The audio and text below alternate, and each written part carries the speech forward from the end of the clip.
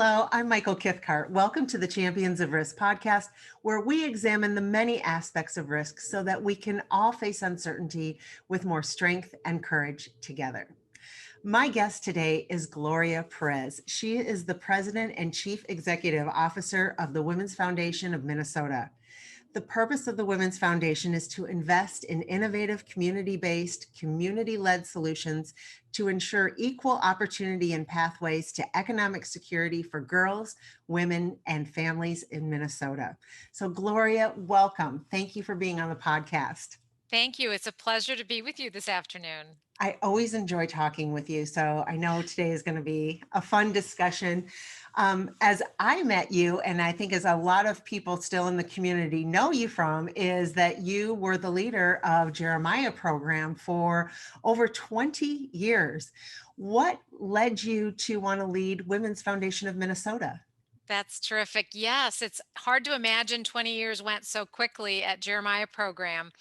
I at Jeremiah was really interested in changing the lives of women and children through education, housing, support services. So it was a direct service organization. I loved the fact that you could see the impact that you were having really every day because every day mattered in terms of what we were able to provide for the families.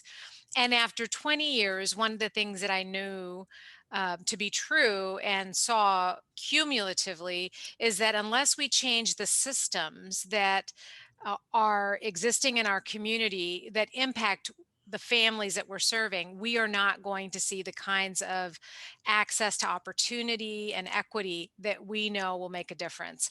And so when the opportunity became available at the Women's Foundation to lead the organization, I was really excited because it's mission aligned in terms of being focused on gender and racial equity. And it focuses on systems change with a connection to understanding how people in our community, specifically women and girls, experience problems and develop solutions so that they can live healthier lives and thrive. Yeah, well, I love the mission. And as you said, it's really about helping continue to gain equity for women and girls, right? So, what are some of the key areas of focus for the organization to be able to achieve that? Well, the organization really focuses, most people, because we are a statewide community foundation, people know that we do grant making, and that is a key function for the foundation. Another is research. So we're very grounded in data, and we every 2 years publish a status on women and girls so that we can understand what the economic issues are, the safety issues, the leadership opportunities are in their community, their health, and so forth. So, research is another key component of the foundation. Another is that we are a convener. We bring together different parts of our community, from government to education, from nonprofit to policymakers, to really partner with our women and girls and community to develop solutions for their needs. And policy is clearly one of our key levers when we think about systems change. It is one of the ways in which we affect change for women and girls. That just really, in 2020 alone, the need for systemic change across the board on so many levels has really been heightened, and we'll dig into that a little bit more. I'm curious, from a layman's perspective, it's kind of like you went from Jeremiah program, who maybe was a recipient of some funding from Women's Foundation, because I can see the alignment for sure, to now you run an organization that gives away money. Like, what are what are some of the differences that you noticed right away leading organizations that go from asking to giving? That's a great question.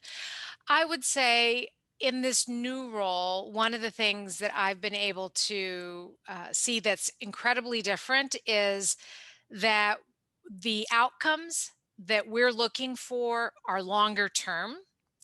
compared to the grant making that we're doing. So, as a nonprofit leader, I was very focused on my, 1, 3, and 5 year outcomes and had to communicate that to a funder. And so we're looking for those outcomes from our grantee partners as they're delivering services.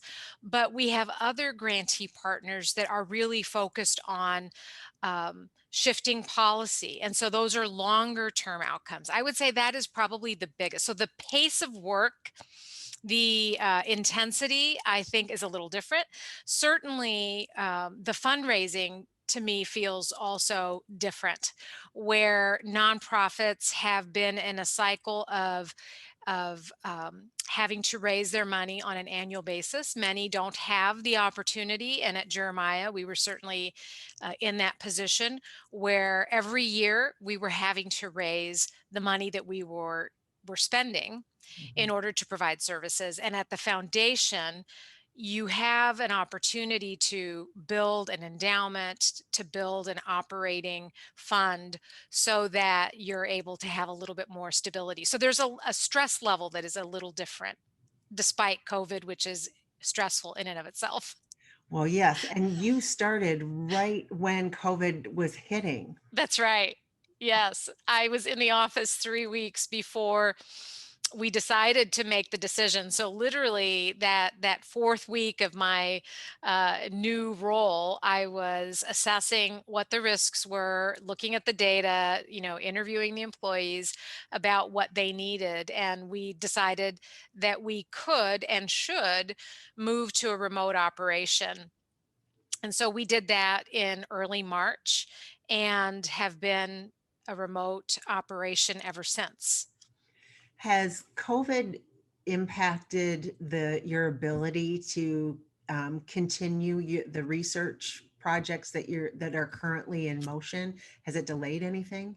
Great question. So we're on a 2 year cycle for our research. And so the report was published. So we have a 2020 report that was published in February. So we were very fortunate in that regard. The dissemination of that report is typically done in what we were calling a Road to Equity tour, where we would literally go out into communities and share the data. And so I would say just that in person opportunity is something that we've missed as a result of COVID. On the other hand, having this technology that people are getting more used to has given us a opportunity to expand our audience. So we did release our status report this summer, and we had more participation in the release of the report because people were able to tune in from around the country, from around the state, and then that has, I think, opened doors for additional opportunities to present within corporations and within other institutions. Oh, it's nice to hear that there are some upsides That's right. to to it, because the information, the research is so important. Absolutely. And yeah, to be able to expand the audience is great to hear. My understanding is that the foundation expanded its mission even in 2019 to include racial equity specifically. Yes. And in 2020, right, we've had protests locally and nationally that have really elevated the racial inequities that continue in our nation, and especially around people of color at the hands of police. So, how have you seen the foundation's mission kind of adjust as a result of all of this? Well, when the foundation started 37 years ago, gender equity was a clear focus for the foundation. But we have also long known that gender and racial equity are inextricably tied. And again, the research that we have done over the years has been able to show that when you dig into the data, you find that not just are women not receiving parity to men, like let's say in the workplace or with health outcomes, but when you dig into the data and look at how indigenous women and girls are faring, or Latina or Black, you find that there's even greater disparity. And so in 2019, in light of that that data that we had as a foundation, the Women's Foundation decided that it was time to really name what we had already known to be true. When we look at our investments as a foundation, as an example, 60% of our grantee partners are led by women of color. And then 80% of our grantee partners are serving Black, Indigenous people of color. So that is something that has long existed. And we were just able to name that as of 2019 more explicitly. And then, of course, with the uprising against racial injustice, that frankly just gave us more impetus to point to the intersectional equity framework that the foundation has been using as part of our strategic communication to show the links between gender and racial inequity, and to really help other philanthropists as well as our grantee partners understand that when you center the people who are most impacted by an issue. So as an example, if we center Latinas in the conversation about employment, who are making, you know, 52 cents on the dollar compared to a white man, if we can center them in the work, then we know that all women will achieve parity at some point. Yes, the all we all do better when we all do better. Correct. Yes. On that, going back to what you said earlier too about really being able to impact at a systemic level. Now, when you look at the work that your partners are doing and how you're able to fund some of that work, Hmm. um, how do you kind of see Women's Foundation being a part of influencing the change that we need to have at the systems level? Well, that's a great question. You know, Black, Indigenous, Latino women of color have been leading in movements and in families and communities. We just haven't been talking about that. And I think now we have a platform to be able to do that. We see Black, Indigenous women of color running for office in record numbers and winning. And so, as we can tell those stories more effectively, I think that that will encourage other women to run for office and to make change.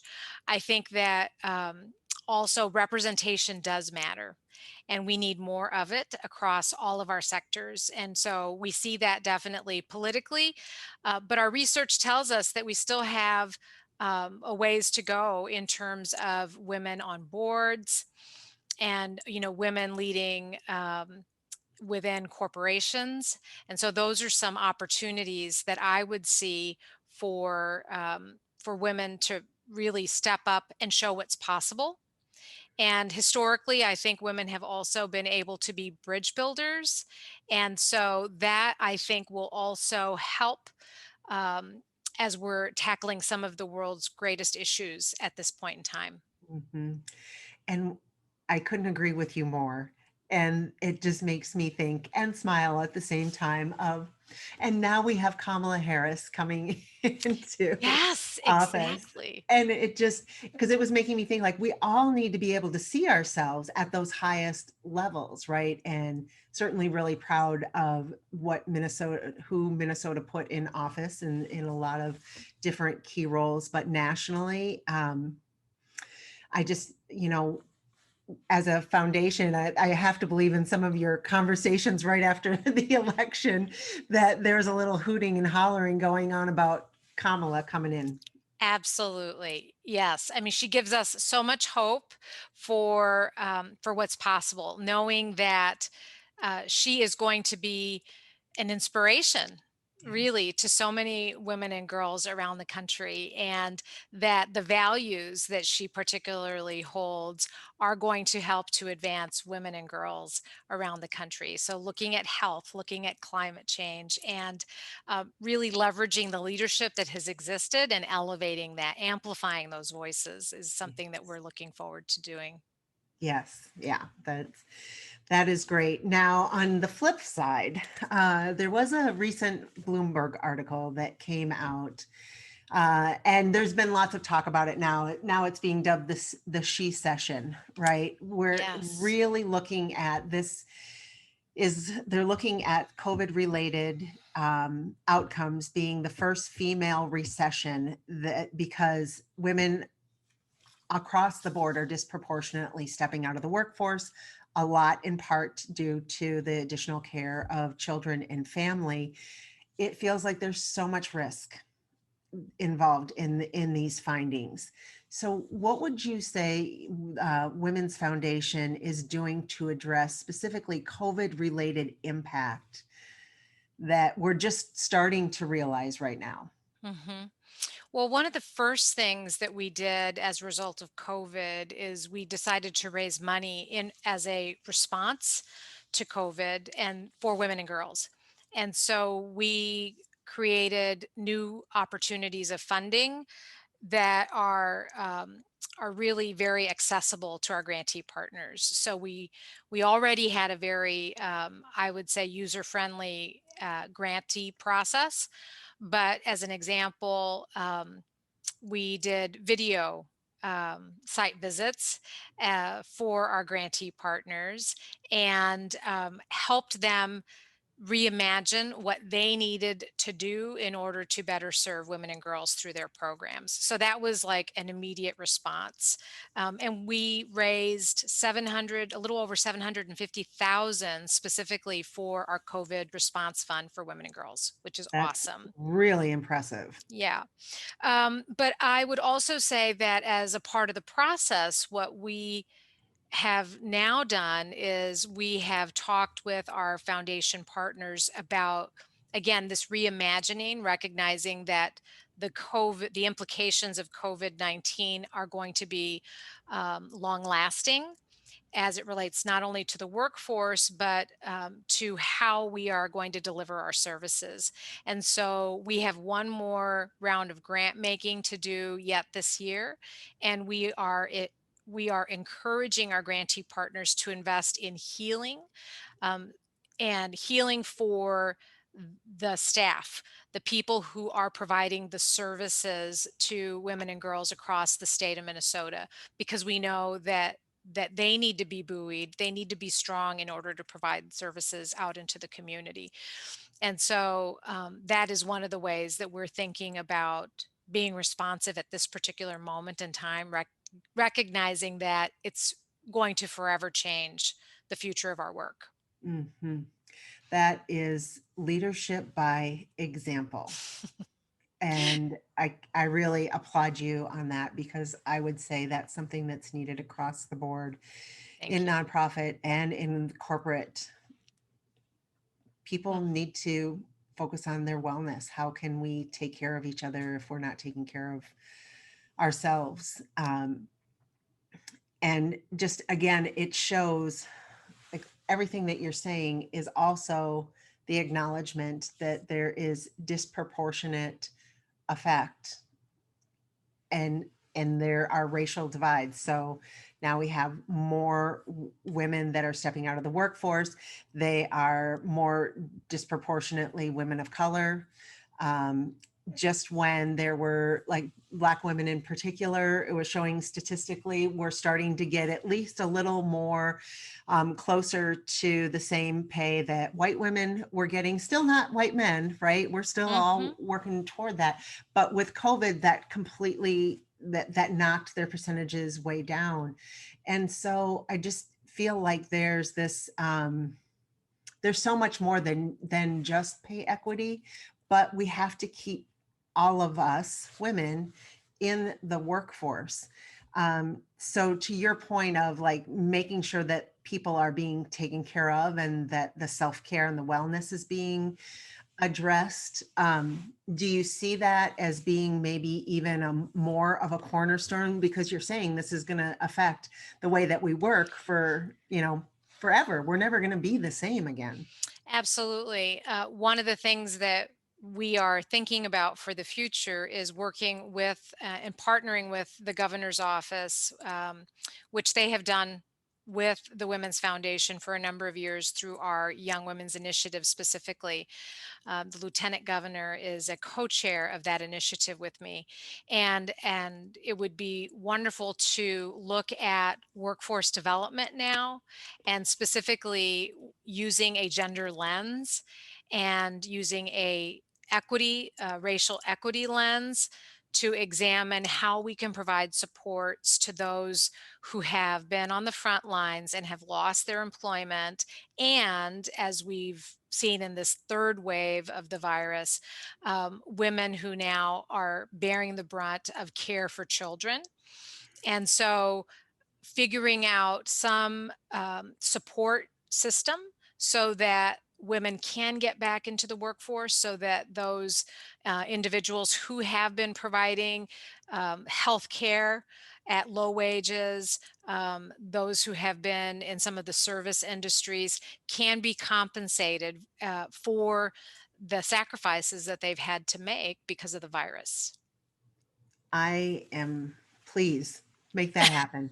Go, come on, go, Gloria, go. Nothing happens without partnerships, but that is one of the things that the Women's Foundation has been good at Yeah. doing, is bringing Mm, together, business and government and nonprofit, and really um, creating a joint agenda and mhm. identifying who can help us. So, reviving that Women's Opportunity Act is something that we are looking forward to starting the conversation about in 2021. Yeah, that's great. I'm looking forward to hearing more about that. The other piece, foundationally, of Women's Foundation was really centered on addressing the small proportion of philanthropic support that was allocated to women and girls in Minnesota. And so you mentioned some of the grantees and everything, but how how do you would you say that that is the work of the foundation has shifted, and what are the challenges that still remain around specifically getting resources to women and girls? Right. Well, 37 years ago when the foundation started, the women who founded the foundation recognized, they were concerned that less than 3% of philanthropic dollars statewide were going to serve the needs of girls and women. That's unbelievable. I mean, I It's shouldn't be surprised, but I am. yes, I know. It's really just it's stunning. It takes your breath away. And 37 years later, we know that percentage hasn't gotten much better. And in fact, when you again dig into the data, 0.5% of that philanthropy goes to women and girls of color. Wow. And so the work of the foundation is really important because we are centering young women of color in the work that we're doing. And we know it's going to take more than philanthropy to correct these disparities, which is why those partnerships are so important. And so I would say that we want to continue to amplify the voices of women and girls of color in our community so that the state will continue to invest. And we can continue to think of strategies that will create pathways for opportunity, whether it's education, training programs for young women and girls.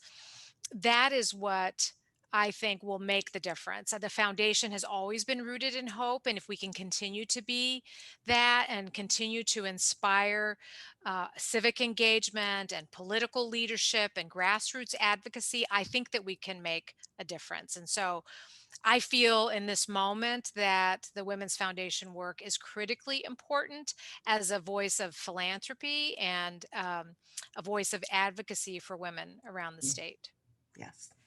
I do. And it makes me think of the work that the foundation has done around really highlighting the sex trafficking of girls, and how that was became a united front that the Women's Foundation really led. And so when you talk about now with, other topics, Mhm. you already have a model, like you've shown how you can unite and bring multiple facets together, to make a difference. So I'm looking forward to seeing what you're going to do next. How do you take something like that? Like, okay, here's our proof of concept, and now we're going Yes. to carry it forward in other topics. Yes. Well, the Young Women's Initiative is one of the ways in which we're doing that, right? We took that same collective impact model that we developed through our Minnesota Girls Are Not for Sale and are using that through the Young Women's Initiative. So we have a cabinet of 24 young women who are innovating and identifying problems in their community and um, leading today in the community. And we have an executive council of community members representing the sectors that I was describing that are listening and working to amplify the voices of those women and identifying the opportunities and the levers that we have from the positions of power that we hold to create access for those women, not just the specific women on the cabinet, but for all women and girls across the state of Minnesota. So that is the opportunity that I see before us. Yeah, that's great. So we're talking about women power, girl power, all of that. I love Yes. it. Okay, so this feels a little more complicated, maybe a little more delicate, and it's not a political question. It's just here's an interesting scenario, right? Hmm. Is Coney Barrett's appointment to the Supreme Court. Yes. And the Girl Scouts got wrapped up in this, so here we have another female in a key leadership position. We have another Supreme Court justice that's female, um, and that is great. And then, of course, her appointment also raised a lot of concerns yet again about the potential of the reversal of things like Roe versus Wade, and especially now with it being a majority conservative court. So how do we as women, as the Women's Foundation, support women in leadership roles, because we want to see ourselves in these key positions without putting rights in jeopardy? That's right. I mean, absolutely. First and foremost, as the Women's Foundation, we are very supportive of women's ability to lead in every sector across the state. And that doesn't mean that we're always going to agree, but we want to make sure that women are leading with parity to men, proportionately to our percentage of the population. And we still have a long way to go as it relates to that. I would say that we also know that we all do better when women are in leadership. And so women know what it takes in terms of, bringing innovation, the collaboration, the listening skills that I was talking about. And we as women are very aware of the balance between caregiving for our families and leading in our work and the importance of building equity into the design of our operations. And so for that reason, I'm very excited to see another woman on the Supreme Court. And I think that while we're doing that, we also need to be vigilant to make sure that women in our state of Minnesota have the lawful right to self-determination, to make choices about how they live their lives, their futures, and their families. And so we remain steadfast in our supportive communities, ready to defend any threats to their safety and security, their reproductive rights, access to health, immigrant rights, quality education, and childcare. And I think that we will continue to be steadfast, and where we disagree, we will continue to be at the table to create the change that we know is necessary to preserve rights for women. And so it is that delicate balance of really cheering on that diversity and at the same time holding true to our values as a women's foundation. Yeah. What are conversations do you think that we should be having that we're not yet having around women and girls? Oh, that's great. Well, I think that the conversation that we should be having is about how do we invest in girls leading today. I think I was recently in a conversation where they were talking about adulting and how we should be mindful as adults to not diminish the leadership that we see from young people today. And I think that's the kind of conversation that we need to be having. I think that in all of our communities, we do see Black, Indigenous, women of color leading, and we need to be elevating that leadership. We need to be asking more about the problems that they identify in communities. And I love the words of Congressman Ayanna Pressley, who says those closest to the pain should be closest to the power. Yes, And I think that is the kind of conversation that we need to be having, whether it's within corporations, within our nonprofits, or within philanthropy. yes. And there's been acknowledgement in the throughout this conversation that women and girls of color in particular are not seeing the same levels of advancement as white women are, and we all have opportunity Absolutely. to elevate, as you say. But how overall can we be better advocates to make sure that we are all rising up together, that it's not about one group disproportionately, but that we all are?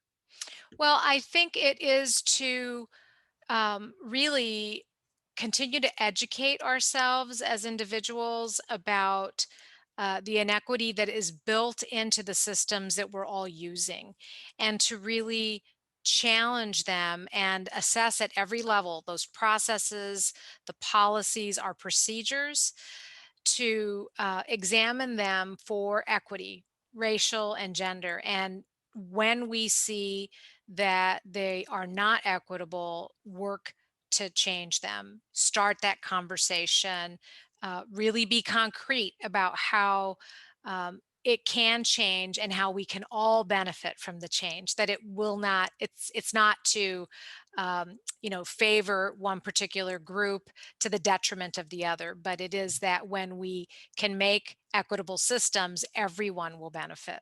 Yes, not at the expense of others. It's, yeah, Correct. yeah. Yes. I believe that. What would you say is like at risk of not having the Women's Foundation around and the organizations that you support? Well, if the Women's Foundation were not around, I don't think we would be investing in women and girls to the level that we are across the state. I mean, that is the clear emphasis. The Women's Foundation, we're granting today 11, excuse me, $3 million. 11, maybe that's in my future. I Maybe I'm love it. speaking the future. But we're investing $3 million in women and girls across the state right now. And so, if the Women's Foundation didn't exist, the intersectionality of the issues that exist, we talk about, um, we all have very complex lives, and so the issues are complex, and therefore the solutions are complex. I don't see that kind of conversation happening broadly across the community. I think the Women's Foundation has elevated the voices of young women who are leading today, and I think that would be lost if the Women's Foundation didn't exist. And so it's that emphasis, that spotlight that we can bring attention to across the state. Mhm. It's big, heavy lifting work that needs to be done. So, what gives you hope? Oh, it gives me hope. It is the fact that in our community here in Minnesota, in particular, I would say we are a community that is very invested in learning, and self-examination and innovation. We have been a land of innovation, and so I think that gives me hope. I think the leadership that we're seeing from young people today, in response to the killing of George Floyd, uh, getting people out to vote, the leadership that we're seeing from young people in climate change, those are the things that are giving me hope, and that the rest of us will have the resilience and the ability to listen and grow and change. And so those are the things that give me hope. Yeah. Very, very well said. And I appreciate all the examples that you shared in our conversation today, Gloria, of the things that you are seeing where our young girls are really making a difference. And you're creating an outlet for them to be leaders now, and their voices are being heard. And so, how can people find and follow Women's Foundation of Minnesota so that we can make sure everybody knows the good work that you're doing? Great. Well, I would direct people to the Women's Foundation's website, so wfmn.org. And on our website, you will be able to read about our research. You will be able to read about our intersectional equity framework. You'll be able to find stories of some of our grantee partners around the state. I think that would be the best place to go. Okay, great. Well, Gloria, thank you so much for taking time to speak with me today. I'm excited to continue to follow the great work that you've always done in I, our I community. appreciate it. Thank you, Michael. It's wonderful to talk to you as always. Thank you. Hey, everybody, I am offering a free masterclass on the secrets of the world's most successful people on December 15th and 16th.